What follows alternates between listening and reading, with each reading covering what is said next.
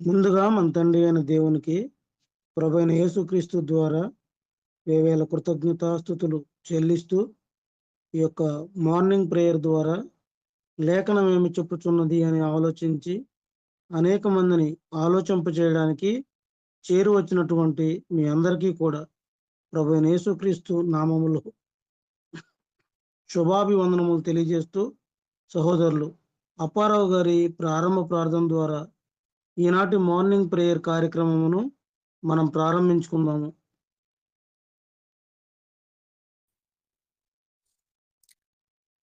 తండ్రి అయిన దేవునికి కృతజ్ఞతలు చేరి వచ్చిన మీ అందరికీ యేసుక్రీస్తు ప్రభు నామములో వందనములు శుభములు తెలియపరుచుకుంటున్నామండి. లేఖనము ఏమి చెప్పుచున్నది అనే కార్యక్రమాన్ని ప్రార్థన ద్వారా ప్రారంభించుకుందాం.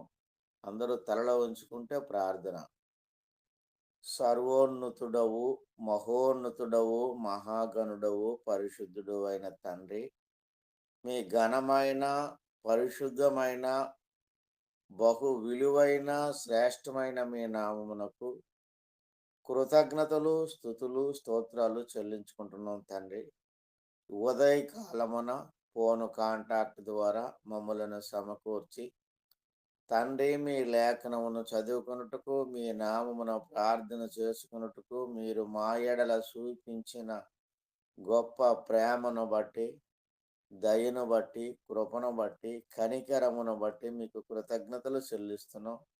ఈ సమయంలో చేరి వచ్చినటువంటి మీ పిల్లలందరినీ, విశ్వాసులను, సేవకులను మీరు దీవించి ఆశీర్వదించమని ప్రార్థిస్తున్నాం తండ్రి.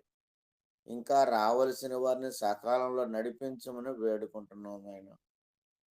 తండ్రి, ఈ సమయంలో మేము పాటలు పాడుకోచుండగా నాయన ఒక మంచి స్వరమును అనుగ్రహించమని ప్రార్థిస్తున్నాం. బలమును, శక్తిని అనుగ్రహించమని వేడుకుంటున్నాం. వాక్యం చదివిన వారికి, వాక్యం బోధించడానికి సిద్ధపడిన వారికి ఆయన సమస్తం నాయన మీ మహిమ కొరకు జరిగించటానికి వివేకమును, జ్ఞానమును, చక్కని మాటలను అనుగ్రహించి మీరే ఘనత పొందమని యేసుక్రీస్తు ప్రభువు నామమున ప్రార్థించి వేడుకుంటున్నాం తండ్రి. ఆమేన్. వందనాలండి అందరికీ.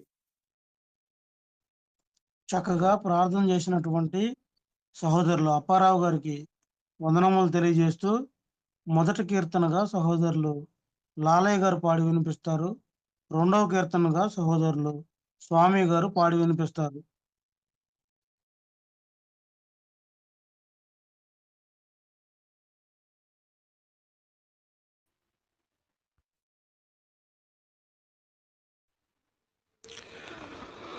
ప్రభు అయిన యేసుక్రీస్తు నామంలో ప్రారంభ ప్రార్థన చేసిన అప్పారావు గారికి అలాగే సహోదరులకు వందనాలు తెలియజేస్తూ ఉన్నానండి. పాట పాడుకొని దేవుని మహిమపడతాం.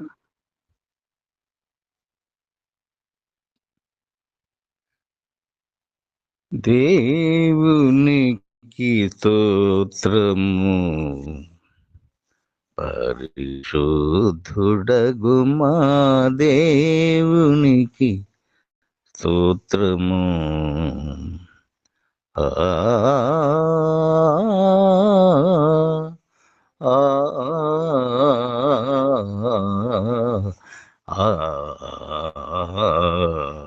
దేవునికి స్తోత్రము, పరిశుద్ధుడగు మా దేవునికి స్తోత్రము. దినములను రాత్రులను ఋతువుల దివ్యమగు కార్తెలను నిలిపి వినుని నక్షత్రాదులతో మా మనుగడకు మేలొసగేసిన దేవునికి స్తోత్రము. పరిశుద్ధుడగు మా దేవునికి స్తోత్రము.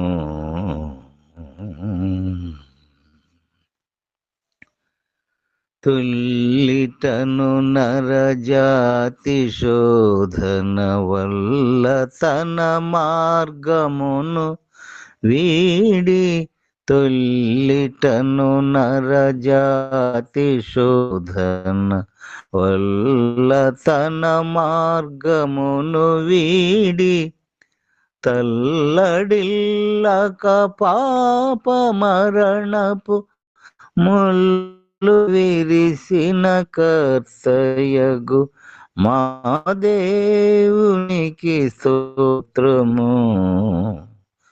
పరిశుద్ధుడగు మా దేవునికి స్తోత్రము. అనగుడగు తనయు క్రతువున బునుపు భూనధములను జీవుల మునుపు భూనధములను జీవుల నరుని నక్షత్రాదులతో ఘనముగా మమ్ము సృష్టి చేసిన దేవునికి స్తోత్రము. పరిశుద్ధుడగు మా దేవునికి స్తోత్రము. ఆ ఆ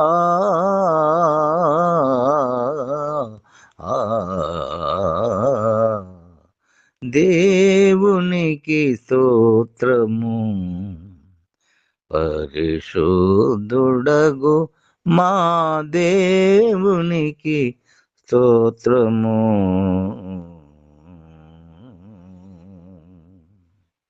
వందనాలయ్యా, వందనాలు.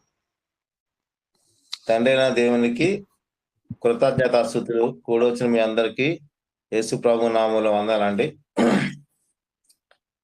దేవుని వాక్యము ధ్యానించిన పాట పాడి దేవునికి ఘనంగా పాడతాము.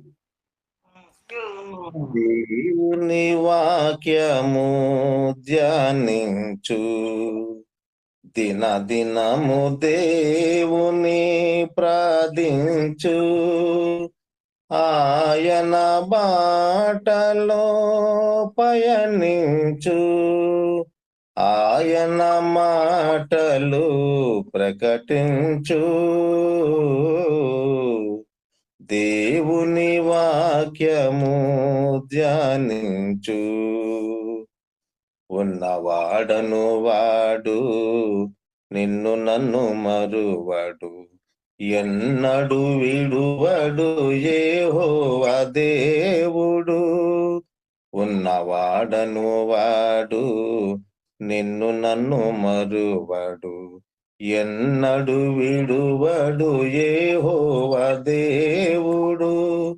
మన పాపములను తొలగించుటకై, మన పాపములను తొలగించుటకై తన సుతుడేసుని బలినిచ్చిన ప్రియుడు, తన సుతుడేసుని బలినిచ్చిన ప్రియుడు. దేవుని వాక్యము ధ్యానించు. యెహోవా దయాళుడు, స్తుతులర్పించు. యథార్థమైనట్టి భక్తితో సేవించు. యెహోవా దయాళుడు, స్తుతులర్పించు. యథార్థమైనట్టి భక్తితో సేవించు. ఆత్మతో సత్యముతో ఆరాధించు. ఆత్మతో సత్యముతో ఆరాధించు. ఆయన ఆజ్ఞలు అనుసరించు. దేవుని వాక్యము ధ్యానించు. దినము దేవుని ప్రార్థించు.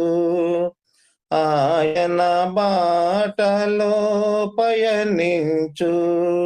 ఆయన మాటలు ప్రకటించు. దేవుని వాక్యము ధ్యానించు. లేఖనాల వెలుగులో లోపాలు సవరించు, లోకమందున్నట్టి అజ్ఞానం తొలగించు. లేఖనాల వెలుగులో లోపాలు సవరించు, లోకమందున్నట్టి అజ్ఞానం తొలగించు. లోకాచులకు నీవు లోబడక జీవించు, లోకాశులకు నీవు లోబడక జీవించు. లోకమంతా సిలువ సువార్తను చాటించు, లోకమంతా సిలువ సువార్తను చాటించు. దేవుని వాక్యము ధ్యానించు, దినదినము దేవుని ప్రార్థించు. ఆయన బాటలో పయనించు, ఆయన మాటలు ప్రకటించు. దేవుని వాక్యము ధ్యానించు అన్నారండి. ఇప్పటి వరకు చక్కగా కీర్తనలు పాడి వినిపించినటువంటి సహోదరులు ఇరువురికి కూడా వందనములు తెలియజేస్తూ నిర్గమకాండము 25వ అధ్యాయము వాక్యపట్న భాగంగా మనం చదువుకుందాము. సహోదరులు స్వామి గారు మొదటి 9 వచనాలను చదువుతారు. సహోదరి నవ్య 10వ వచనం నుండి 19వ వచనం వరకు చదువుతుంది. 20వ వచనం నుండి 30వ వచనం వరకు సంధ్య చదువుతుంది. 31 నుండి చివరి వరకు నేను చదువుతాను. ఓకే. నిర్గమకాండము 25వ అధ్యాయము 1 నుంచి. యెహోవా మోషేకు ఇలాగు సెలవిచ్చును, నాకు ప్రతిష్టార్పణ తీసుకొని రెండని ఇశ్రాయేలీయులతో చెప్పుము.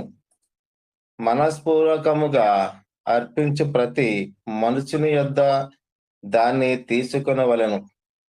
మీరు వారి యొద్ద తీసుకొనవలసిన అర్పణలేమనగా బంగారు, వెండి, ఇత్తడి, నేల, దోమ్ర, రక్తవర్ణములు, సన్నపు నార, మేక వెంట్రుకలు, ఎరుపు రంగు వేసిన పొటేళ్ళు తోళ్ళు, సముద్ర వత్సవుల తోళ్ళు, తుమ్మకర్రలు,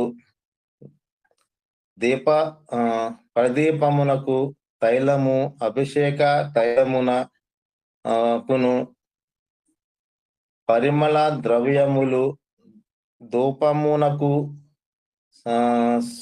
సుగంధ సంబరములు తేవచ్చు. లేత పచ్చలు, ఏపోదుకును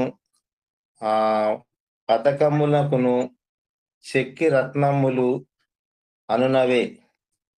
నేను వారిలో నివసించినట్లు వారు నాకు పరిశుద్ధ స్థలమును నిర్మింపవలెను.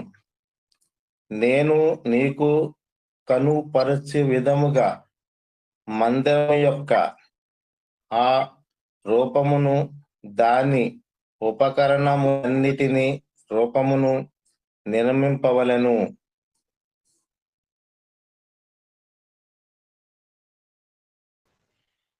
వారు తుమ్మకర్రతో ఒక మందసమును చేయవలెను. దాని పొడుగు 2 మూరలున్నర,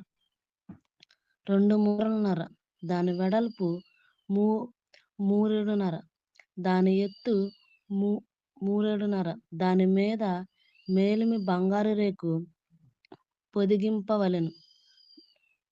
లోపలను వెలుపలను దానికి పొదిగింపవలెను. దాని మీద బంగారు జావను చుట్టు కట్టవలెను. దానికి 4 బంగారు ఉంగరములను పోతపోసి, ఒక ప్రక్కకు 2 ఉంగరములు, ఎదుటి పక్కకు 2 ఉంగరములు ఉండునట్లు దాని 4 కాళ్లకు వాటిని వేయవలెను. తుమ్మకర్రతో మోతకర్రలను చేసి వాటికి బంగారు రేకులకు పొదిగించి వాటితో ఆ మందసమును మోయుటకు ఆ పక్కల మీద ఉంగరములలో ఆ మోతకర్రలను దూర్చవలెను. ఆ మోతకర్రలు ఆ మందసపు ఉంగరములలోనే ఉండవలెను. వాటిని దాని యొద్ద నుండి తీయకూడదు. ఆ మందసములలో నేను నీకిచ్చు శాసనములనుంచవలెను. మరియు నీవు మేలిమి బంగారుతో కరుణాపీఠమును చేయవలెను. దాని పొడుగు 2 మూరెలున్నర, దాని వెడల్పు 3 మరియు 2 బంగారు కేరేబులను చేయవలెను. కరుణాపీఠము యొక్క 2 కొనలను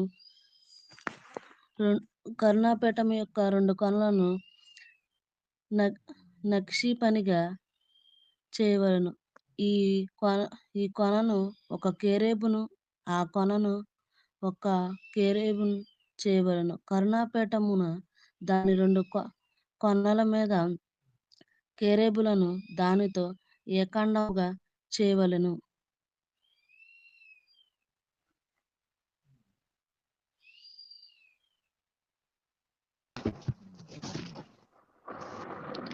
ఆ కేరూబులు పైకి విప్పిన రెక్కలు గలవై కరుణాపీఠమును తమ రెక్కలతో కప్పుచుండగా వాటి ముఖములు ఒండొంటికి ఎదురుగా నుండవలెను.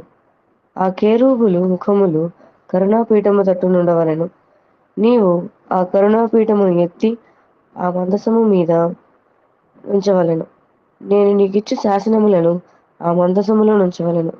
అక్కడ నేను నిన్ను కలుసుకొని కరుణాపీఠము నుండి శాసనములు గల మందసము మీద నుండు 2 కేరూబుల మధ్య నుండి నేను ఇశ్రాయేలీయుల నిమిత్తము మీకు ఆజ్ఞాపించిన సమస్తమును నీకు తెలియజెప్పెదను.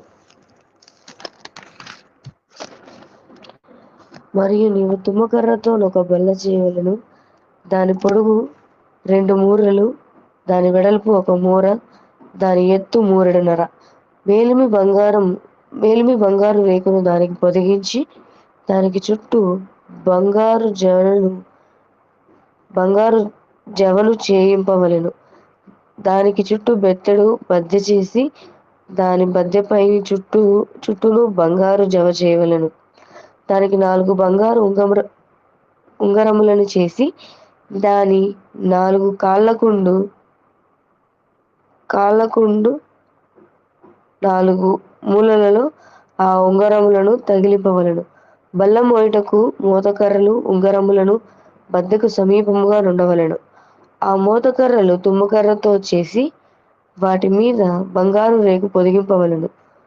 వాటితో బల్ల మోయబడును. మరియు నీవు దాని పళ్ళెములను, ధూపార్తులను, గిన్నెలను, పానీయార్పణకు పాత్రలను దానికి చేయవలెను. మేలిమి బంగారుతో వాటిని చేయవలెను. నిత్యము నీ సన్నిధి రొట్టెలను ఈ బల్ల మీద ఉంచవలెను.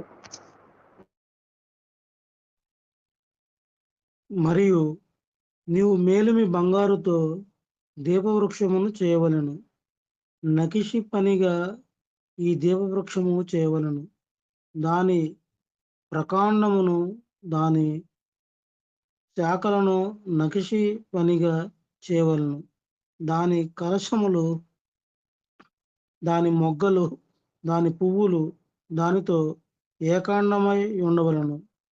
దీపవృక్షము యొక్క ఒక ప్రక్క నుండి 3 కొమ్ములు, దీపవృక్షము యొక్క 2వ ప్రక్క నుండి 3 కొమ్మలు, అనగా దాని పక్కల నుండి 6 కొమ్మలు నిగుడవలెను. ఒక కొమ్మలో మొగ్గ పువ్వు గల బాదము రూపమైన 3 కలశములు, 2వ కొమ్మలో మొగ్గ పువ్వు గల బాదం రూపమైన 3 కలశములు అట్లు దీపవృక్షము నుండి బయలుదేరు కొమ్మలలో నుండవలెను. మరియు దీపవృక్ష ప్రకాండంలో బాదము రూపమైన 4 కలశములను, వాటి మొగ్గలను, వాటి పువ్వులను ఉండవలెను. దీపవృక్ష ప్రకాండము నుండి నిగుడు 6 కొమ్మలకు దాని 2 కొమ్మల క్రింద ఏకాండమైన ఒక్కొక్క మొగ్గ చొప్పున ఉండవలెను. వాటి మొగ్గలు వాటి కొమ్మలు దానితో ఏకాండమగును. అదంతయు మేలిమి బంగారుతో చేయబడిన ఏకాండమైన నకిషి పనిగా ఉండవలెను. నీవు దానికి 7 దీపములను చేయవలెను. దాని ఎదుట వెలిగించున్నట్లు దాని దీపములను వెలిగింపవలెను. దాని కత్తెర చెప్పయు మేలిమి బంగారుతో చేయవలెను. ఆ ఉపకరణములన్నీ 40 వీసెల మేలిమి బంగారుతో చేయవలెను. కొండ మీద నీకు కనపరచబడిన వాటి రూపము చొప్పున వాటిని చేయుటకు జాగ్రత్త పడుము. ఇప్పటి వరకు ఈ యొక్క 25వ అధ్యాయం మొత్తాన్ని కూడా చదివించిన సహోదరులకు వందనములు తెలియజేస్తూ, సహోదరులు అనిల్ గారు ఈ యొక్క అధ్యాయమును సంక్షిప్తంగా వివరించవలసిందిగా కోరుకుంటూ ప్రేమతో ఆహ్వానిస్తున్నాము. తండ్రి అయిన దేవునికి కృతజ్ఞతాస్తుతులు. అదేవిధముగా కూడి వచ్చిన సహోదరులకు మన ప్రభువును రక్షకుడునైన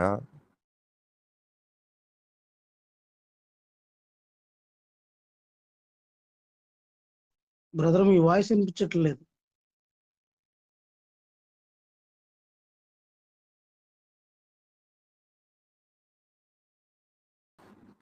హలో, ఇప్పుడు వినిపిస్తుందండి.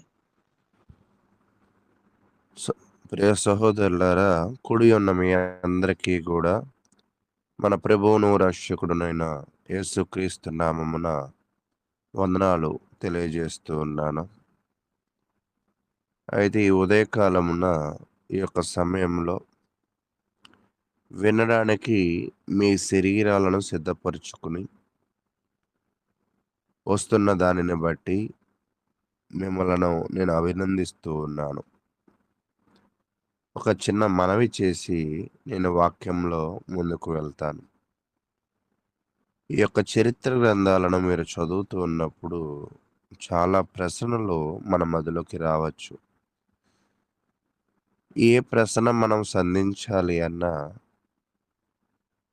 ఆ ప్రశ్నను ఒకసారి మీరు రాసుకుని దాని మీద మీ అంతటా మీరు అధ్యయనము చేసి ఆ తదుపరి మీరు ప్రశ్న అడగడానికి ప్రయత్నం చేయండి. మొదటిదిగా. రెండవదిగా, మీరు చెప్పుచున్న విషయాలను కేవలము వినడానికి మాత్రమే కాకుండా దీనిలో లోతైన అర్థాన్ని గ్రహించి దాని ప్రకారంగా జీవించాలి అనే దృక్పథాన్ని కలిగి ఉండడానికి ప్రయత్నం చేయండి. అయితే ప్రియులారా, నేను ఈరోజు 25వ అధ్యాయంలో వాక్య భాగంలోకి ముందుకు వెళదాం. ఈ యొక్క ఈ నిర్గమాకాండము 25వ అధ్యాయాన్ని మనం పరిశీలన చేస్తూ ఉన్నప్పుడు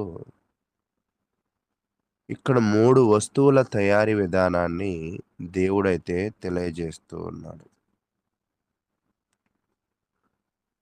మొదటిగా ప్రత్యక్ష గుడారము నిర్మించాలి అని చెప్తూ ఉన్నాడు. 25వ అధ్యాయము 1 నుంచి 9 వచనాలు చూస్తూ ఉన్నప్పుడు ఇశ్రాయేలు ప్రజలను దేవుడు ప్రత్యక్ష గుడారము నిర్మించాలి అని తెలియజేస్తున్నాడు. రెండవదిగా 10 నుంచి 22 వచనాలు చూస్తూ ఉన్నప్పుడు ఆ ప్రత్యక్ష గుడారంలో నిబంధన మందసమును తయారు చేయాలి అని చెప్తూ ఉన్నాడు. 23 నుంచి 30 వచనాలు మనం చూస్తూ ఉన్నప్పుడు సమూహపు రొట్టెల బల్ల, అంటే ఆ గుడారంలో మందసము ఉండాలి, ఆ గుడారంలో రొట్టెల బల్ల ఉండాలి, ఆ గుడారములో దీపవృక్షము ఉండాలి. అయితే ఇంకా చాలా ఉండాలి. అవి తదుపరి అధ్యాయాలలో మనం చూస్తూ ఉంటాం.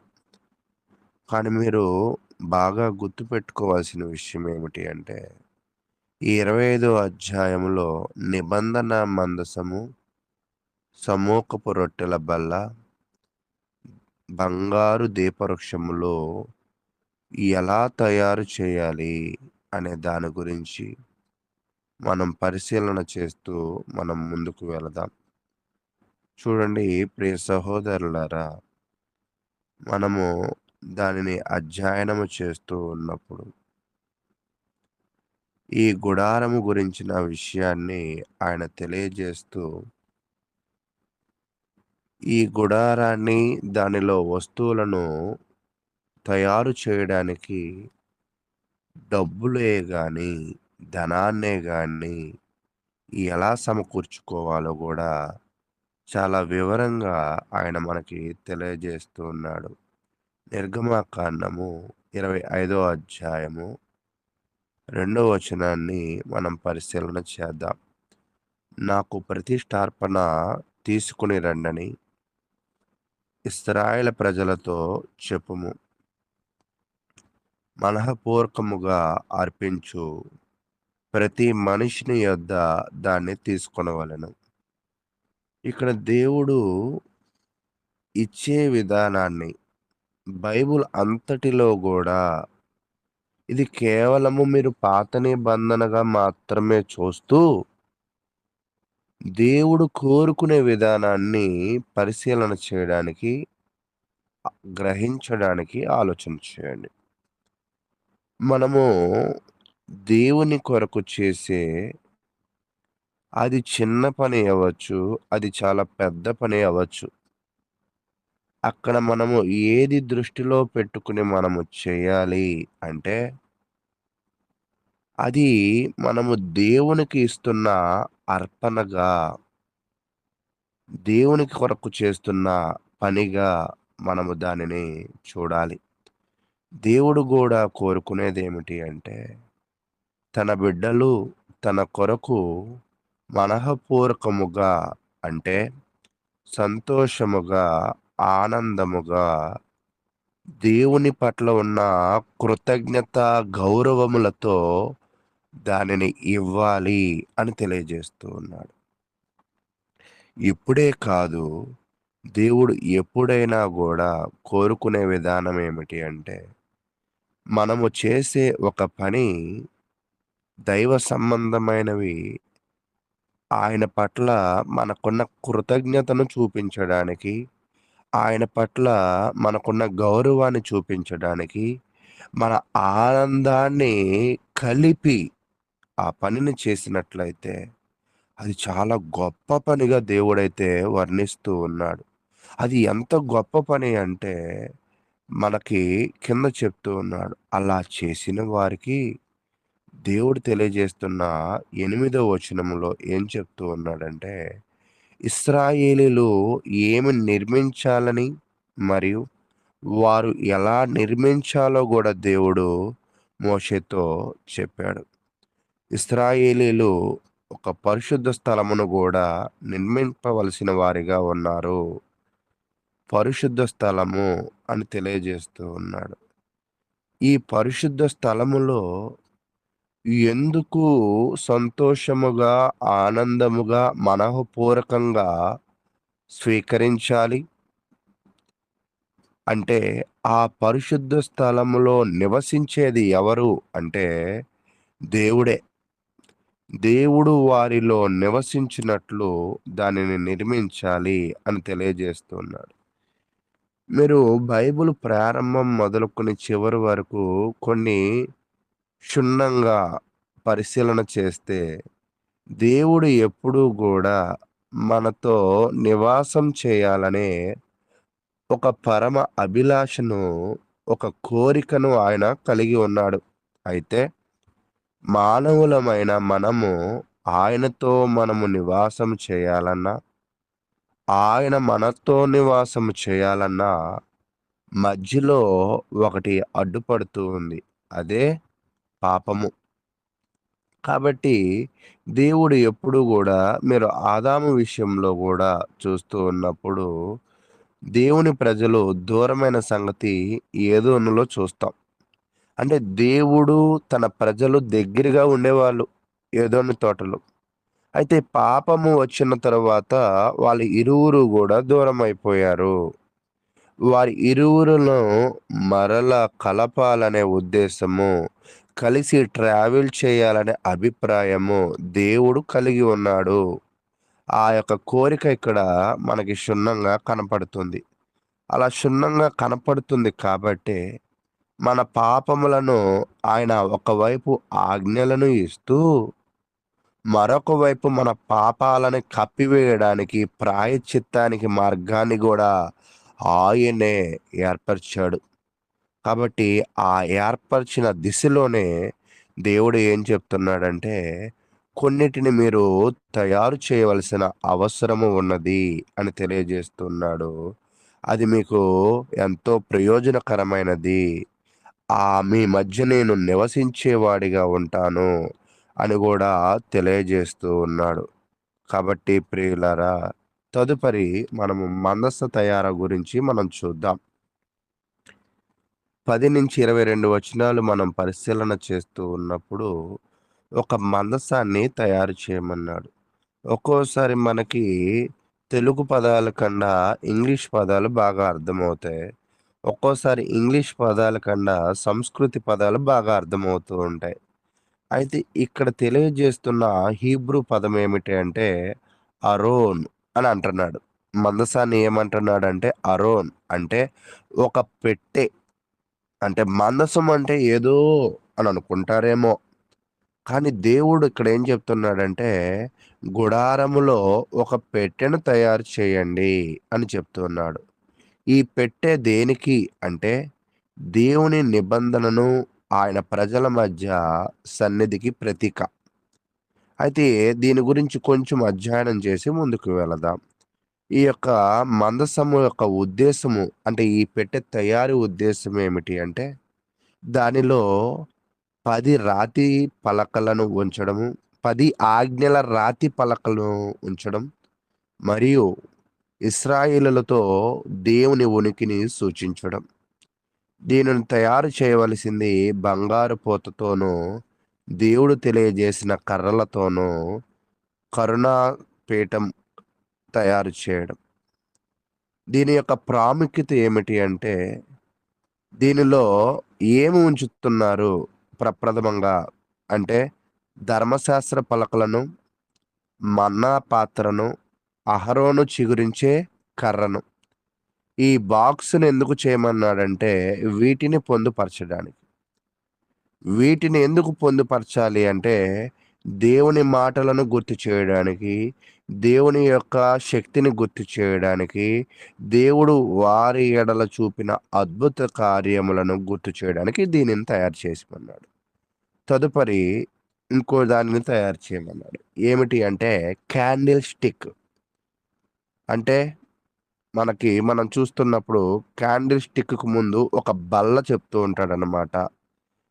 ఆ బల్లను దేవుడు ఎందుకు తయారు చేయమన్నాడు అంటే, కొన్ని కొలతలు గూడా దానికి దేవుడు ఇచ్చాడు.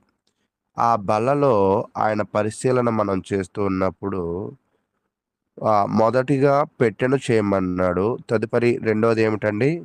బల్లను చేయమన్నాడు. ఈ బల్లను మీరు పరిశీలన చేస్తూ ఉన్నప్పుడు, ఈ బల్ల గురించిన వివరణలో చూస్తున్నప్పుడు, ఈ బల్లలో రొట్టెలను ఉంచమన్నాడు. దీనిని అందుకే సమూకపు రొట్టె బల్ల అని అన్నారన్నమాట. ఈ సమూక రొట్టె బల్ల గురించి చూస్తూ ఉన్నప్పుడు, ఈ బల్ల కేవలము సుందరమైనది మాత్రమే కాదు. అక్కడ కొన్ని పదాలు చెప్తుంటాడు. నాకీషిగా అంటే చాలా అందముగా. ప్రతి వస్తువును వాళ్ళు ఎలా చేయాలంటే మనఃపూర్వకంగా, ఆనందంగా ధనాన్ని స్వీకరించాలి.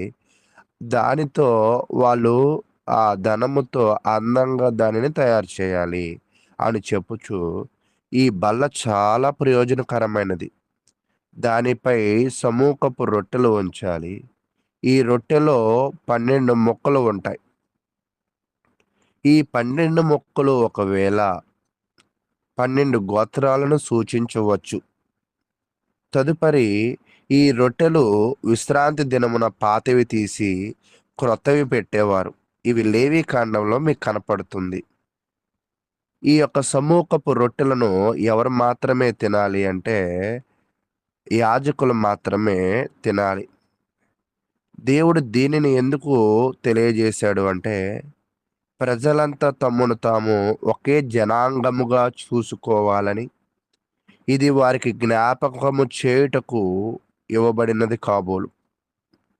ఈ బల్లపై నిత్యము రొట్టె ఉండడాన్ని బట్టి చూస్తే ప్రజలు దేవునికి చెందిన వారు మరియు అనునిత్యము తన సన్నిధిలోనే ఉన్నారు అనేది సూచిస్తూ ఉంది. కాబట్టి మందసము ఉద్దేశము ఒకటి, రొట్టెల బల్ల ఉద్దేశము మరొకటిగా మనం చూస్తూ ఉన్నాం. మూడో వస్తువును మనం చూస్తూ ఉన్నప్పుడు దీపవృక్షము అంటే క్యాండిల్ స్టిక్ అని అన్నాను కదా. ఈ క్యాండిల్ స్టిక్ కూడా దేవుడు తయారు చేయమన్నాడు. ఎందుకు దీనిని తయారు చేయమన్నాడు అంటే ఈ దీపవృక్షము వెలుతురునిచ్చడానికి ఉపయోగపడే ఒక సుందరమైనది. ఉదాహరణకు బాదము కలశములు మరియు మొగ్గులు ఉన్నట్లు కళాత్మకంగా రూపించబడాలి అని దేవుడు కోరుకుంటూ ఉన్నాడు. అయితే ఈ దీపస్తంభాన్ని దేనికి సూచికనుగా తయారు చేయమన్నాడు అనేది చూసి ఇంక ఈ యొక్క వాక్య భాగాన్ని మనం ముగించుకుందాం. ఈ క్యాండిల్ స్టిక్ని మనం పరిశీలన చేస్తూ ఉన్నప్పుడు దీని యొక్క ఉద్దేశం పవిత్ర స్థలములో శాశ్వత కాంతిని అందించడము, అరణ్యములో దేవుని నిరంతర ఉనికిని, మార్గదర్శకత్వానికి సూచిస్తూ ఉంది. కాబట్టి ప్రియ సహోదరులారా, ఈ మందసము, ఈ సమూహ రొట్టెల బల్ల, ఈ యొక్క క్యాండిల్ స్టిక్, ఈ క్యాండిల్ స్టిక్, ఈ మూడు కూడా మనం పరిశీలన చేస్తూ ఉన్నప్పుడు దైవికమైన స్వభావములో క్రీస్తు కార్యములను చూపించే విషయములో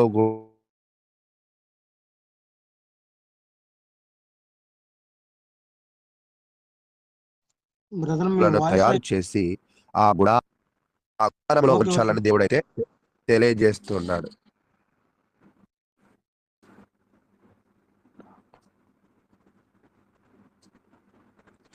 కాబట్టి దేవుడు గుడారములో మందసమును, తదుపరి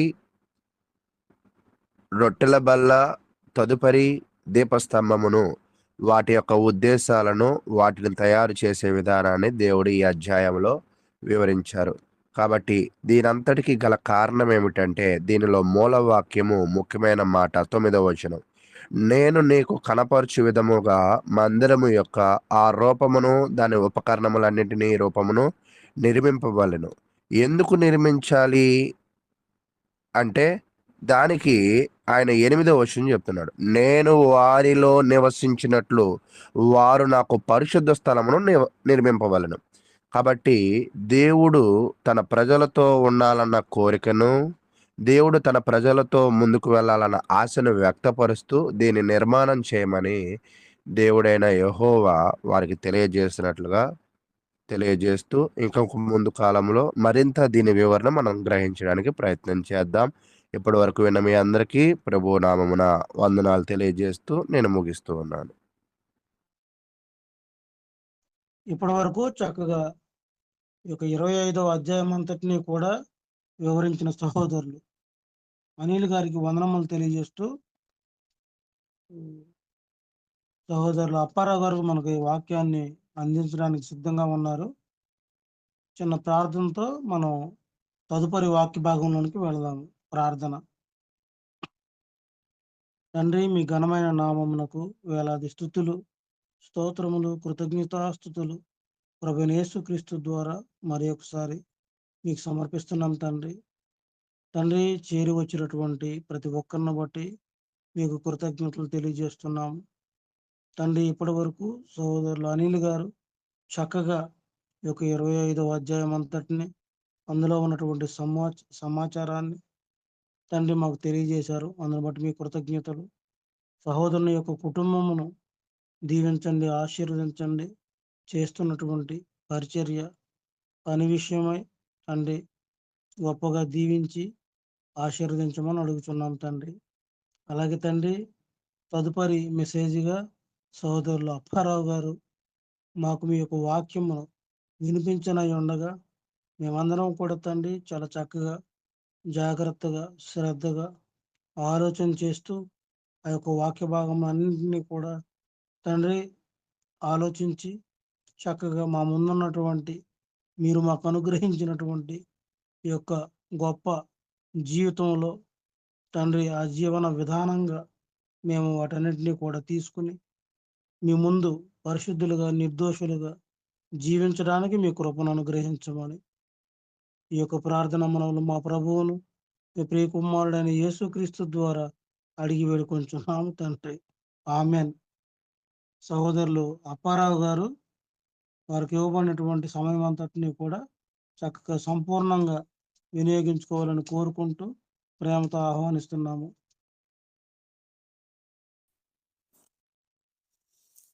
తండ్రి అయిన దేవునికి కృతజ్ఞతలండి.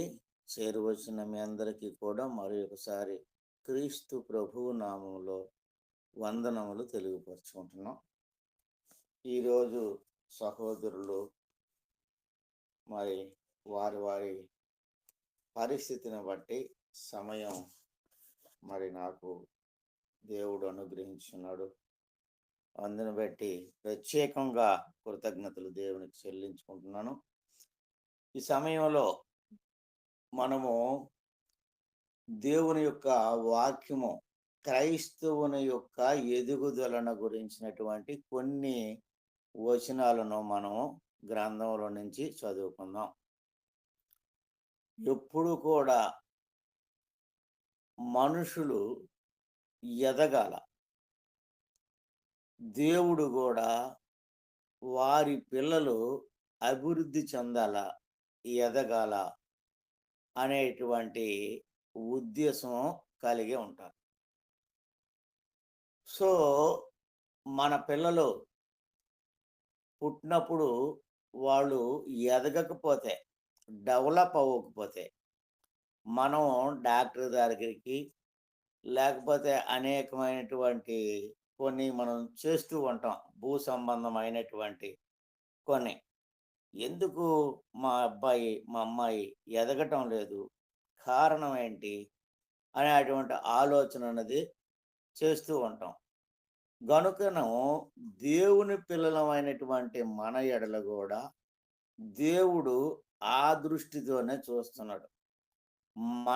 నా పిల్లలు ఎదగాల, అభివృద్ధి చెందాలా అనే భావం కలిగి దేవుడు కూడా మన పట్ల ఎదురు చూసేవాడుగా ఉన్నాడు. మొదట వచనంగా మనము 1వ పేతురు 2వ అధ్యాయము 1-3 వచనాలు చదువుకుందాం. ప్రభువు దయాళుడని మీరు రుచి చూచి ఉన్న ఎడల సమస్తమైన దుష్టత్వమును, సమస్తమైన కపటమును, వేషధారణను, అసూయను, సమస్త దూషణ మాటలను మాని కొత్తగా జన్మించిన శిశువులను పోలిన వారై నిర్మలమైన వాక్యమును పాల వలన రక్షణ విషయములో ఎదుగును నిమిత్తము ఆ పాలును అపేక్షించుడి.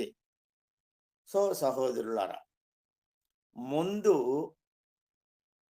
దేవుని యొక్క వాక్యములోనూ భూమి మీద మనము ఎదగాల, వర్ధిల్లాలంటే మనలో కొన్ని లక్షణాలను సరిచూసుకొని మానేయమంటున్నాడు. ఏంటంటే, ప్రభువు దయాళుడని మీరు ఒకవేళ రుచి చూచి ఉన్న ఎడల, ఆయన దయాళుడు కనుకనే ఆయన ప్రాణాన్ని పణంగా పెట్టి మనలను తన స్వరక్తముతో కొన్నాడు. ఆయన రాజ్య నివాసులుగా చేశాడు. ఆ చేసినటువంటి వ్యక్తికి మనం ఎలా ఉండాలంటే మన ఎడల సమస్తమైన దుష్టత్వమును, మనిషికి ఈ దుష్టత్వం అనేది మంచిది కాదు. సమస్తమైన కపటమును, ఈ కపటము వలన ఎదగలేం, దుష్టత్వం వల్ల ఎదగలేం.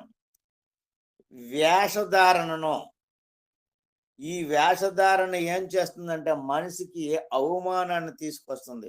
వేషధారణను, అసూయ, ఎదుటివాని ఎదుగుతూ ఉన్నప్పుడు ఇతరులు చాలా ముందే అసూయ పడుతూ ఉంటారు. అసూయను, సమస్తమైన దూషణ మాటలను మాని, కొత్తగా పుట్టినటువంటి పిల్లలు ఎలాగుంటారో వాళ్ళకి ఏమి తెలీదు. వాళ్ళు యథార్థంగా ఉంటారు. వాళ్ళకి అసలు ఏ విషయాలు, ఇలాంటి విషయాలు ఏవి కూడా తెలీదు.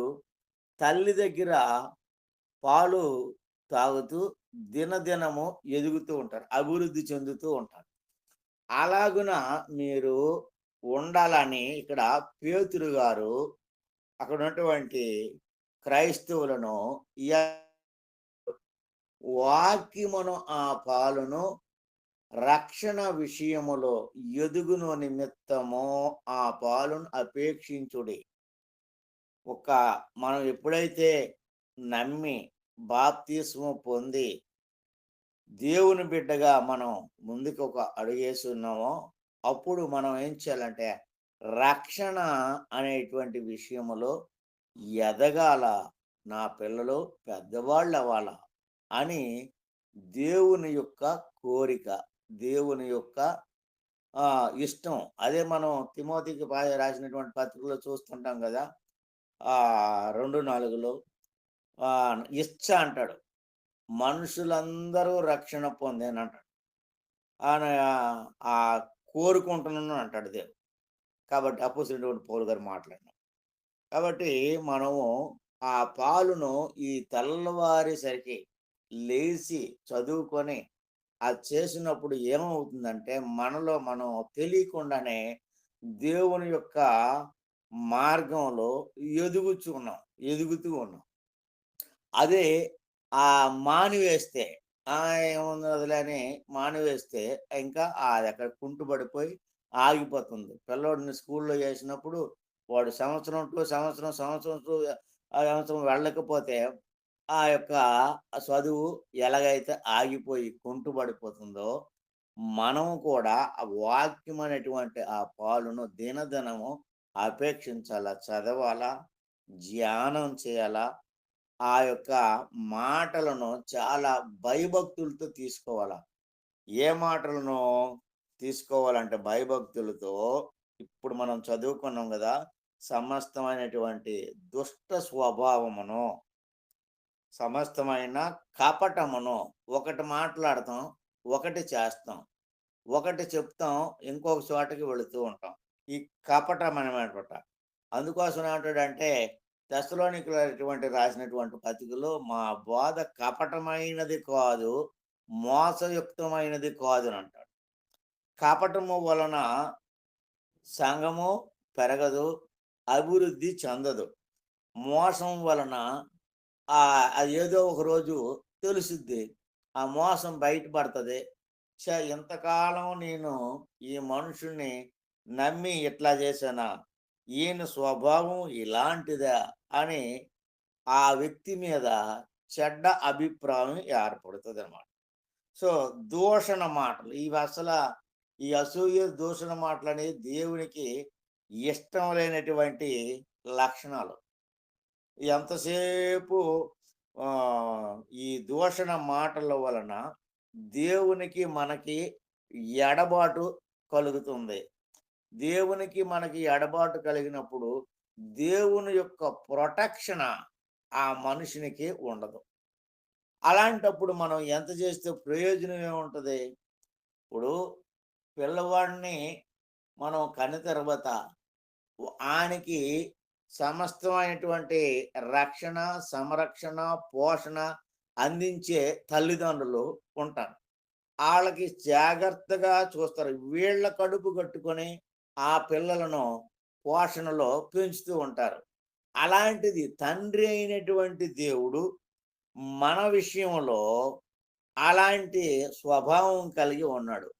అప్పుడు ఈ దూషణ మాటల వలన, అసూయ వలన పిల్లలు మాట్లాడితే, ఏంటి ఈ పిల్లోడు ఇలాగ మాట్లాడుతున్నాడు, స్కూల్కి వెళ్తున్నాడు, వీడు ఎవరితో సావాసం చేస్తున్నాడు అసలా, ఏంటండి మన ఇంట్లో ఇలాంటి మాటలు మాట్లాడుకోం కదా అని చాలా మంది మాట్లాడుకుంటారు. లేకపోతే ఆ ఉన్న కల్చర్ ఏరియా, ఈ ఏరియాలోని ఈ పిల్లలు కూడి ఈ మాటలు నేర్చుకుంటున్నారా? అవసరమైతే నష్టమైనా సరే ఆ ఏరియాని విడిచిపెట్టి మంచి ఏరియాకి వెళ్ళిపోవడానికి ప్రయత్నం చేస్తారు. అయ్యో పిల్లలు పాడైపోతారండి, మనం ఎక్కడ ఉంటే బాగోదండి అనే భావం కలిగి ఉంటారు.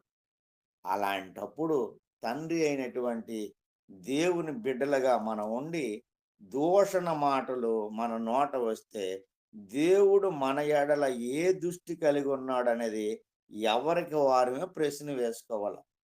మాట్లాడుతున్న నాకు నేను, వినుచున్న మీకు మీరే ప్రశ్న వేసుకోవాలా. అందుకోసమే కొత్తగా జన్మించినటువంటి వారికి ఏ పాపం ఉండదు. వాళ్ళు తల్లి దగ్గర పాలు తాగుతూ దినదినం ఎలాగా కళకళలాడుచు ఎదుగుతారో మీరు కూడా ఆ పాలను, వాక్యం అనే పాలను అపేక్షించుడి అని పేతురు గారు బోధించినటువంటి యొక్క మాటను మనం చదువుకున్నాం. అలాగే 2వ పేతురు 3వ అధ్యాయం 18వ వచనం కూడా చదువుకున్నాం ఈ పక్కనే.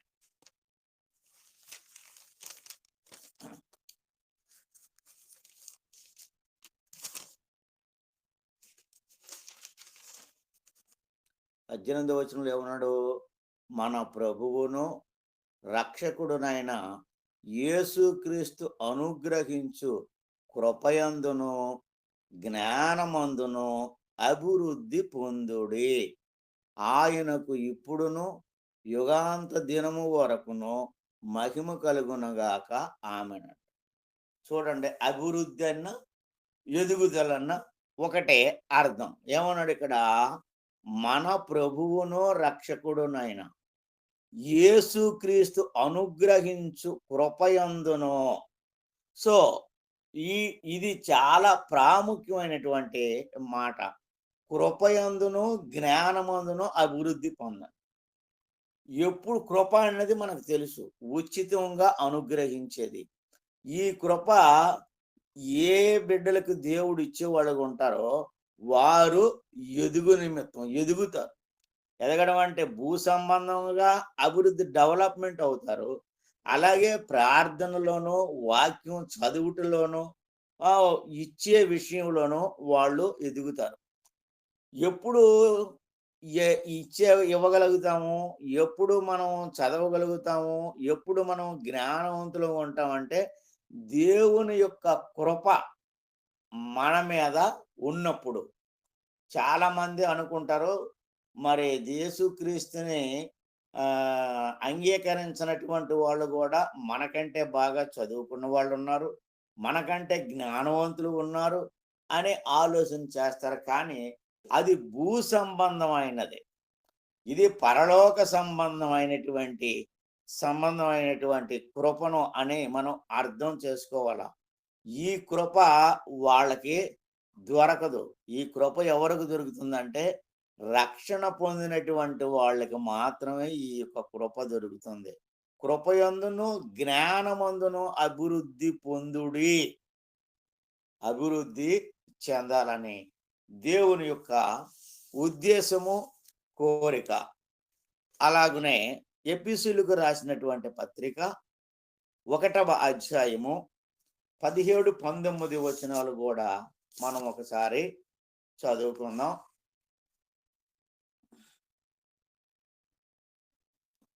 మరియు మీ మనోనేత్రములు వెలిగింపబడినందున ఆయన మిమ్మును పిలిచిన పిలుపు వలనైనా నిరీక్షణ ఎట్టిదో, పరిశుద్ధులలో అనేక స్వాస్యము యొక్క మహిమ ఐశ్వర్యము ఎట్టిదో, ఆయన క్రీస్తునందు వినియోగపరిచిన బలాతిశయమును బట్టి విశ్వసించు మనయందు ఆయన చూపుచున్న తన శక్తి యొక్క పరిమితమైన మహత్యము ఎటుదో మీరు తెలుసుకొనవలనని మన ప్రభువైన యేసుక్రీస్తు యొక్క దేవుడైన మహిమా స్వరూపయగు తండ్రి తన్ను తెలుసుకొనుటకందు మీకు జ్ఞానమును ప్రత్యక్షతయును గల మనస్సు అనుగ్రహించున్నట్లు నేను నా ప్రార్థనలయందు మిమ్మును గూర్చి విజ్ఞాపన చేయుచున్నాను అంటాడు అపోస్తులైనటువంటి పౌలు గారు ఎఫెసీ పట్టణంలో ఉన్నటువంటి క్రీస్తు సంఘం వారితో మాట్లాడుతూ ఉన్నాడనమాట. ఈ రకమైనటువంటి ఆశ కలిగి దేవుడు మీ ఎడల చూపిస్తున్నాడు. ఏమన్నాడు? మీ మనోనేత్రములు వెలిగింపబడినందున. ఆ వెలిగించడం అంటే ఎవరికి ఆ మనోనేత్రాలు వెలిగింపబడతాయంటే ఎవరు విశ్వాసము కలిగి దేవుని యొక్క అడుగు జాడల్లో నడుచుకుంటారో వారి యొక్క మనోనేత్రములు వెలిగింపబడి అని అన్నాడు. ఇక్కడ మహిమ ఐశ్వర్యము ఎట్టుదో అంటాడు. మహిమ అనేది మనకి కంటికి అది ఒక పదార్థంగా కనబడదు, ఒక పనులు. మహిమ ఎట్టుదో ఉదాహరణకి మనం తెలుసుకోవడానికి అక్షయ పాత్ర ఒట్టిదే ఉంటుంది, కానీ దాంట్లో మనం చూసినప్పుడు ఆ ఆహారం అనేది ఉంటుంది. అక్షయ పాత్ర ఒక సందర్భంలో మీకు తెలియపరచడానికి చెప్తున్నాను, ఆ మాట ఏమనుకోకండి. పాండవుల దగ్గరికి ఈ కౌరవుల కుట్ర చేత కొంతమంది వ్యక్తులని భోజనానికి పంపిస్తారు. వాళ్ళు భోజనం చేసి కడిగేసి పడుకుంటారు. పడుకున్న సందర్భంలో వాళ్ళని అవమానపరచాలని ఏదో ఒక రకంగా వచ్చి భోజనం పెట్టమని అడిగినప్పుడు ద్రౌపది ఏముంటుందంటే, అయ్యో నేను పాత్రని కడిగేసి బోర్లించానండి అనేటట్లుగా చెప్తుంది. పక్కనే వాళ్ళ అన్నుండి ఇట్లా సైకి చేస్తాడు. ఆ పాత్రని తిప్పగానే దాంట్లో ఆహారం పుడుతుంది. ఆ ఆహారం తిని వాళ్ళందరికీ కడుపు నొప్పి వస్తుంది. ఎందుకు వచ్చింది అంటే వాళ్ళకి వచ్చినటువంటి పని మంచి దృష్టితో రాలేదు, చెడు దృష్టితో వచ్చారు, అవమానపరచాలనేటువంటిది. అంటే నేను ఎందుకు ఆ మాటలు చెప్తానంటే మహిమను గురించి చెప్తున్నాను. ఆ కడిగి బోర్లించినటువంటి పాత్ర తిరగేయగానే దాంట్లో ఆహారం ఎక్కడి నుంచి వచ్చింది? అక్షయ పాత్ర అంటే దాంట్లో ఎప్పుడు కూడా ఉంటది, అయిపోదు. అదే ఇక్కడ అదే చెప్తున్నాడు ఇక్కడ దేవుడు. ఏంటంటే మహిమైశ్వర్యం ఎట్టిదో మీరు తెలుసుకున్న వలనని మన ప్రభు అయిన యేసుక్రీస్తు యొక్క దేవుడైన మహిమా స్వరూపయోగు తండ్రి తన్ను తెలుసుకొనుట యందు మీకు జ్ఞానమును ప్రత్యక్షతయును గల మనస్సు అనుగ్రహించున్నట్లు నేను నా ప్రార్థనల యందు మిమ్మును గూర్చి విజ్ఞాపన చేయుచున్నాను. పౌలు గారు పట్టణంలో ఉన్నటువంటి ఎఫెసీయులను అభివృద్ధి చెందాలని వాళ్ళ కొరకు నేను ప్రార్థన చేస్తున్నాను అంటాడు. అలాగనే 2వ పేతురు రాసిన పత్రిక 1వ అధ్యాయము 5 నుంచి 11 వచనాలు చదువుకుందాం.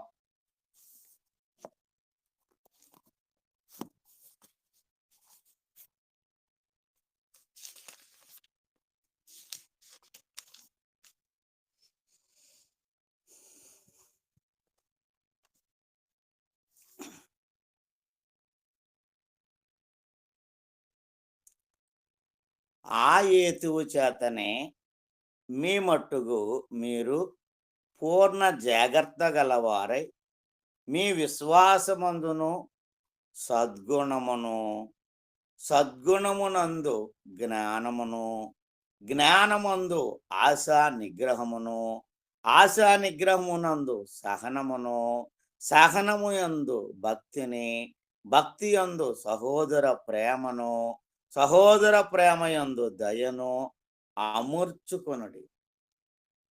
ఏం చేయమన్నాడంటే ఒకదాని తర్వాత ఒకటి అమర్చుకొనుడే. ఆ అమర్చడం ఎలాగా అంటే, సో ఒక మేస్త్రి గారు గోడ కట్టినప్పుడు ఒక తర్వాత ఒక రాయి పెట్టినప్పుడు దానికి తూకం చూసుకుంటాడు దారం బట్టి. ఈ రాయికి ఆ రాయికి కరెక్ట్గా ఉన్నదా, లేకపోతే అది ఎదరకి కానీ వెనక్కి కానీ జరిగిందా, లెవెల్ చూసుకుంటాడు. అలాగునే క్రైస్తవులమైనటువంటి మనము ఏమని చేయాలంటే, ఆ యేతువు చేత దేవుడు మనకి అనుగ్రహించినటువంటి కృప, మహిమ ఉన్నదే చూడండి, ఐశ్వర్యం ఉన్నదే, ఆ యేతువు చేతనే మీ మట్టుకు మీరు పూర్ణ జాగ్రత్త గలవారై. ఆ కట్టించినటువంటి యజమానుడు వచ్చి, ఈ గోడ ఏంటయ్యా వంకరగా ఉన్నది, పగలగొట్టి తీసేయండి అని చెప్పినట్లుగా కాదు, జాగ్రత్త పూర్ణముగా జాగ్రత్త గలవారై మీ విశ్వాసమునందు మంచి సద్గుణము, సద్గుణం అనే చాలా ప్రాముఖ్యం. ఆ సద్గుణం లేకపోతే పిల్లలని తల్లిదండ్రులు ఎట్లా కొడతారో, ఎట్లా దండిస్తారో మనందరికీ తెలుసు. ఏంటి నీ ప్రవర్తన ఏంటి, నీ నడవడిక ఏంటి, ఏది నీ ఒబీడియన్స్, ఏది ఏంటి నువ్వు చేసే పని, నేను చెప్పే పని అని బాధపడుతూ ఉంటారు. సరైనటువంటి ఇది లేకపోతే, ఒబీడియన్స్ లేకపోతే. సద్గుణమునందు జాగ్రత్త గలవారై విశ్వాసముందు, సద్గుణమునందు, జ్ఞానమందును, ఆశ నిగ్రహమునందును.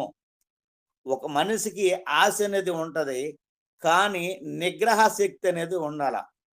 ఆశ కలిగింది కాబట్టి, నా మనసు కోరుకుంటుంది కాబట్టి ఏ రకంగా దాన్ని తెచ్చి ఇంట్లో పెట్టుకుందాము, లేకపోతే ఏ రకంగా సంపాదించుకుందాం అనేది కరెక్ట్ కాదు. ఆశ కలిగి ఉండ, ఆశ నిగ్రహము నందు సహనమును, సహనము యందు ప్రేమయును, భక్తిని, సహోదర ప్రేమను అమర్చుకొనండి.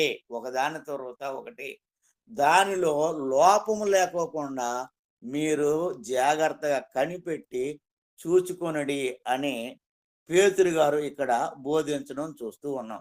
ఇంకేమంటాడు 8 నుంచి, ఇవి మీకు కలిగి విస్తరించిన ఎడల అవి మన ప్రభువైన యేసుక్రీస్తును గూర్చినటువంటి అనుభవ జ్ఞానము విషయములో మిమ్మును స్వామరులనైనను నిష్ఫలులనైనను కాకుండా చేయును. ఈ లక్షణాలు ఎవరిలోనైతే అధికంగా ఉంటాయో వారు ఎలాంటి వారుగా ఉంటారంటే, స్వామర్తనం అనేది ఉండదు వాళ్ళలో. అయ్యో కన్నాం కానీ ఏంటి ప్రయోజనం లేకుండా నిస్వరులుగా ఉన్నారండి మా అబ్బాయిలు, ఏ పని పాట చేయటం లేదండి అని చాలామంది తల్లిదండ్రులు బాధపడుతూ ఉంటారు.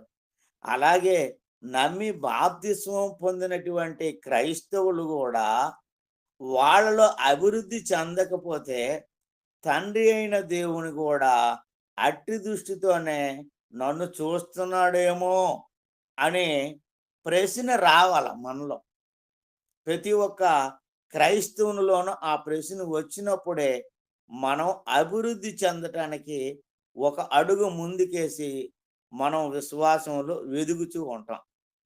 ఏమన్నాడంటే, మిమ్మును స్వామరులనైనను నిష్ఫలులైనను, అంటే ఫలము లేని చెట్టుని చూసి యేసు ప్రభు ఇది ఇంకెందుకో, ఇక్కడున్న భూమి సారం కూడా దండగ కాబట్టి తీసేయండి అని చెప్పాడు. ఫలించే వాళ్ళంగా ఉండు. కరెక్ట్గాను నిష్ఫలులను నైనను కాకుండా చేయును. ఇవి ఎవనికి లేకపోవునో వాడు తన పూర్వ పాపములకు శుద్ధి కలిగిన సంగతి మరిచిపోయి గుడ్డివాడును దూరదృష్టి లేనివాడును అగును. ఈ లక్షణాలు ఎవరిలో కనబడవో అలాంటి వారిని గురించి ఏం మాట్లాడుతున్నాడంటే, గుడ్డివాడు అంటే కళ్ళు లేకపోవడం కాదు, గ్రహింపు శక్తి లేకపోవడం. గుడ్డివాడును దూరదృష్టి లేనివాడును అగును. రాబోయేదానికి ఒక మంచి పునాది వేసుకోవటానికి ఆయనకి ఏం ఉందంటే తెలివి తక్కువతనం అని చెప్పొచ్చు ఒక మాటలో. అందువలన సహోదరులారా, మీ పిలుపును ఏర్పాటును నిశ్చయము, మిమ్మల్ని పిలిచినటువంటి పిలుపు కానీ మీకోసం ఏర్పాటు చేసినటువంటి ఏర్పాటు కానీ అది నిశ్చయము చేసుకొనుటకు మరి జాగ్రత్త పడుడి. మీ రిట్టి క్రియలు చేయువారైతే ఎప్పుడునూ తొట్రెళ్ళరు. అలాగున మన ప్రభువును రక్షకుడునైన యేసుక్రీస్తు యొక్క నిత్య రాజ్యములో ప్రవేశము మీకు సమృద్ధిగా అనుగ్రహింపబడును. ఈ లక్షణాలు మనకి అవసరం అండి. ప్రతి ఒక్క క్రైస్తవునికి అవసరమైనది ఏంటంటే, భూమి మీద 70, 60, 50, 40 ఎన్ని సంవత్సరాలు మనం బతికినా మీరిట్టి క్రియలు చేయువారైతే ఎప్పుడునూ తొట్రెళ్ళరు. అలాగున మన ప్రభువును రక్షకుడునైన యేసుక్రీస్తు యొక్క నిత్య రాజ్యములో ప్రవేశము మీకు సమృద్ధిగా అనుగ్రహింపబడును అంటాడు.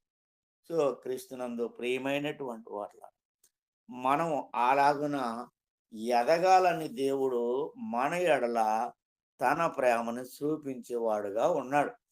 రోమీయులకు రాసినటువంటి పత్రిక 12వ అధ్యాయము 2వ వచనం కూడా చదువుకుందాం. అక్కడ రోమా పట్టణంలో ఉన్నటువంటి క్రైస్తవులతో దేవుడు ఏమి మాట్లాడాడు ఒకసారి మనం చదువుకుందాం.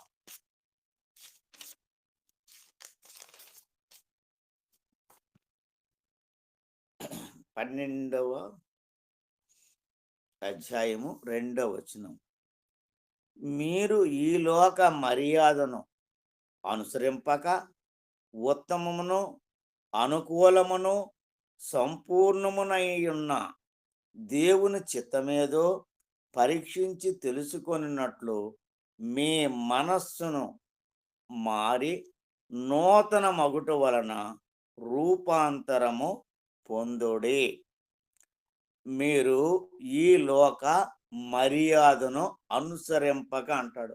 ఈ లోకంలో ఉన్నటువంటి మర్యాద వేరుగా ఉంటుంది కాబట్టి మీరు ఈ పారంపర్య ఆచారములను కానీ లేకపోతే ఈ లోక భూ సంబంధమైనటువంటి మర్యాదను మీరు అనుసరింపక ఉత్తమమును అనుకూలమును సంపూర్ణమునయ్యున్న దేవుని చిత్తమేదో పరీక్షించి తెలుసుకొనున్నట్లు మీ మనస్సు మారాల. మెయిన్ ఎప్పుడైతే నమ్మి బాప్తిసం పొందామో మన మనస్సు మారి నూతన మగుట వలన రూపాంతరము పొందుడి. రూపాంతరం చెందాలి అంటే మనం మార్చుకోవాలి. అదే మన సహోదరులు చెప్పారు కదా, రూపాంతరం చెందడాన్ని గురించినటువంటి సంగతి మాట్లాడినప్పుడు గొంగల పురుగు సీతాకోక సిలుకుగా ఎట్లా మారిందనే దానికి చెప్పారు. అంటే ఇక్కడ మనం అంటే మన పాత స్వభావమును విడిచిపెట్టాల, కొత్త స్వభావం మనలో కనబడాలి. అంతకుముందు మనం రౌడీలంగా ఉండొచ్చు, అంతకుముందు మనం చూసి అనేక మంది భయపడి ఉండొచ్చు, అంతకుముందు మనం భూమి మీద చాలా చెడ్డవారంగా కనబడి ఉండొచ్చు, మనల్ని చూసి నొక్కనట్టు పద ఇంట్లోకి వెళ్ళిపోదాం అని వెళ్ళిపోయినటువంటి వాళ్ళు అయి ఉండొచ్చు. కానీ ఈ మార్గంలోనికి వచ్చిన తర్వాత రూపాంతరం చెందిన తర్వాత ఒక్కసారి ఇంత మార్పు ఎలాగో అనుకున్నారా? ఇప్పుడు పేతురు గారును యోహాను గారు మధ్యాహ్నం 3 గంటలప్పుడు ఆయన దేవాలయానికి ఎక్కిపోయినప్పుడు అక్కడ ఒక కుంటివాడిని కనబడినప్పుడు అక్కడ సంభాషణ జరుగుతూ ఉంటది. ఇదేంటిది? ఈయన నిన్న మొన్నటి వరకు ఆ ద్వారం దగ్గర బిచ్చమెత్తుకున్న వ్యక్తి కదా!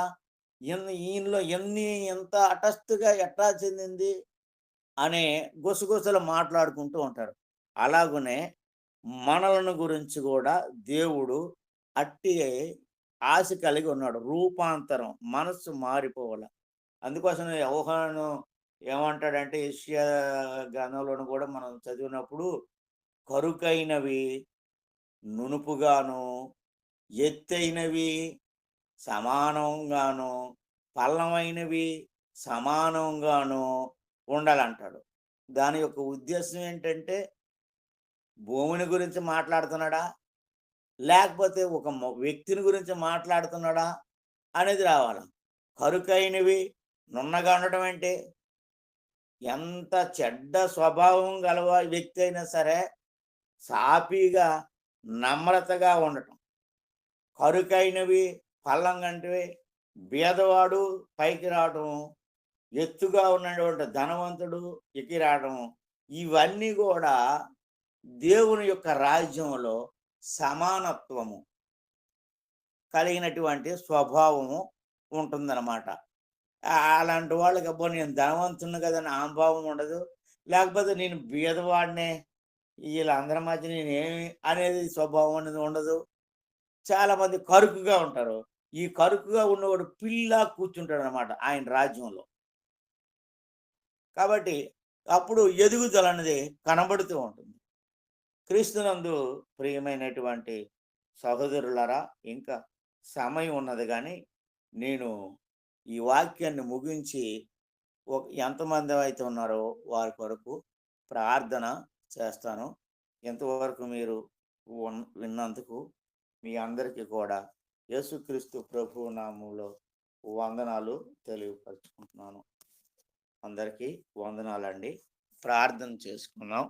నేనే ప్రార్థన చేస్తాను, కావాలని నేను ముగించాను. ప్రార్థన చేస్తాను. అందరికీ అందరి తలలో ఉంచుకుంటే ప్రార్థన. ఎవరెవరు ఉన్నారు? ఒరిగంజి రవి, సంధ్య, నీతు, స్వామి గారు, రామకృష్ణ గారు, లాలయ్య గారు, కే జ్యోతి గారు. సరే, రాలేనటువంటి వారి కొరకు కూడా ప్రార్థన.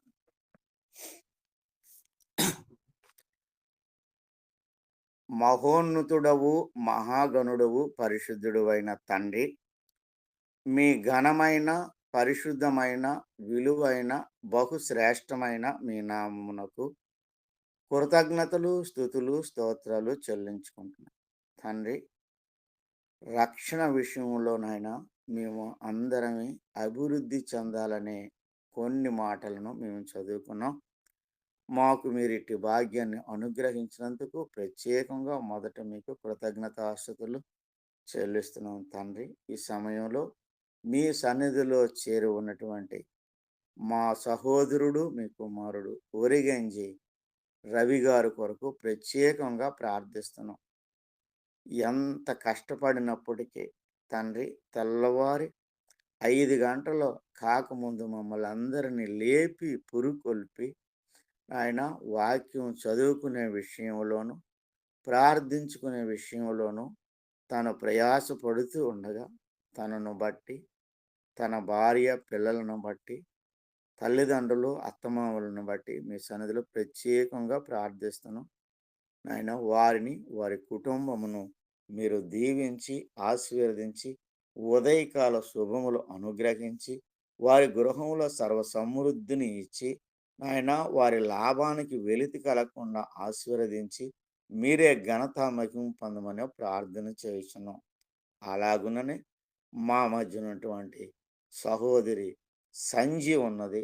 ఆయన ఆమె ప్రతిరోజు తూచా తప్పుకోకుండా ఉదయకాలం ముందు లేచి మాతో పాటు వాక్యం చదువుతూ పాటలు పాడుతూ ఉండగా తండ్రి ఆ యొక్క కుమార్తెను మీరు జ్ఞాపకం చేసుకోండి.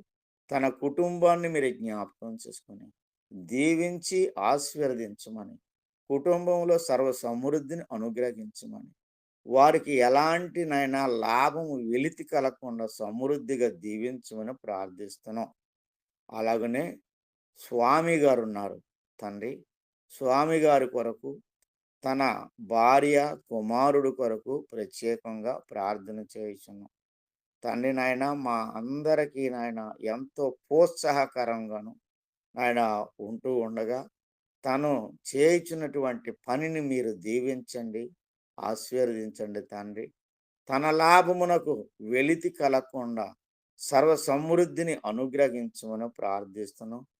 కుటుంబంలో శాంతి, సమాధానం, నెమ్మది అనుగ్రహించమని ప్రార్థిస్తున్నాం.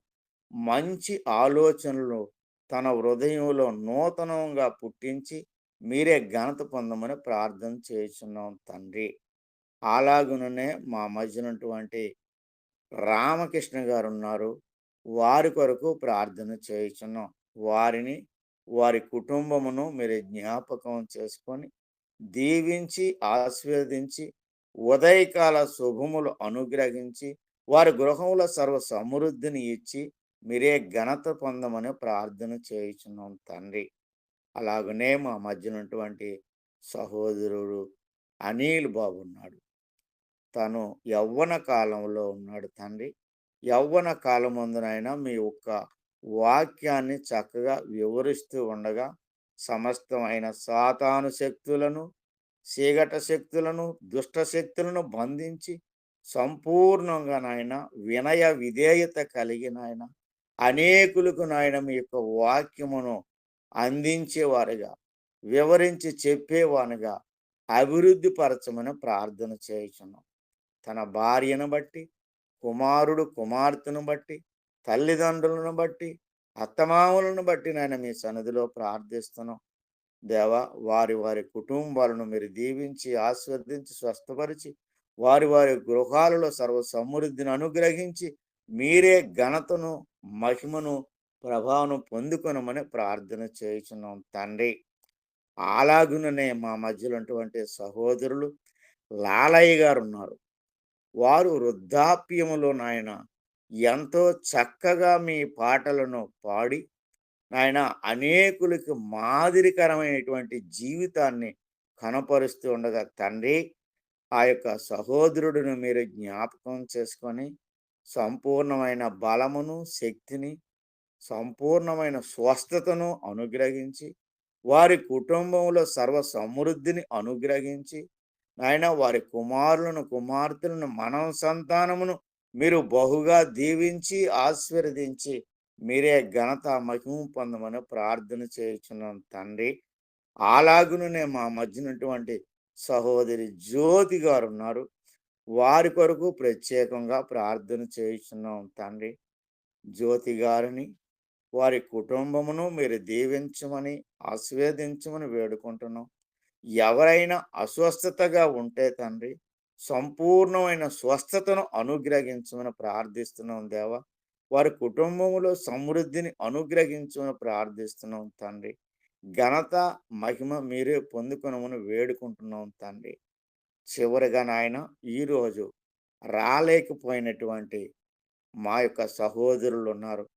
యేసుపాదం గారు ఉన్నారు, దేవకిరణ్ గారు ఉన్నారు తండ్రి. ఇంకా ప్రభుదాస్ గారు ఉన్నారు. ఇంకా చాలా మంది నాయన సుజయ చక్రవర్తి గారు ఉన్నారు తండ్రి. వీరందరిని మీరు జ్ఞాపకం చేసుకునండి నాయన. వారి వారి కుటుంబాల్లో సమృద్ధిని అనుగ్రహించి సంతోషము, సమాధానమును ఇచ్చి మీరే ఘనత, మహిమ పొందమని ప్రార్థన చేయుచున్నాను. అలాగనే చివరగా తండ్రి, నన్ను, నా భార్యని, నా ఇద్దరు కుమారులను తండ్రి, నా కోడలను, నా ఇద్దరు మనవళ్లను మీ చేతుల్లో పెట్టి ప్రార్థన చేయుచున్నాను.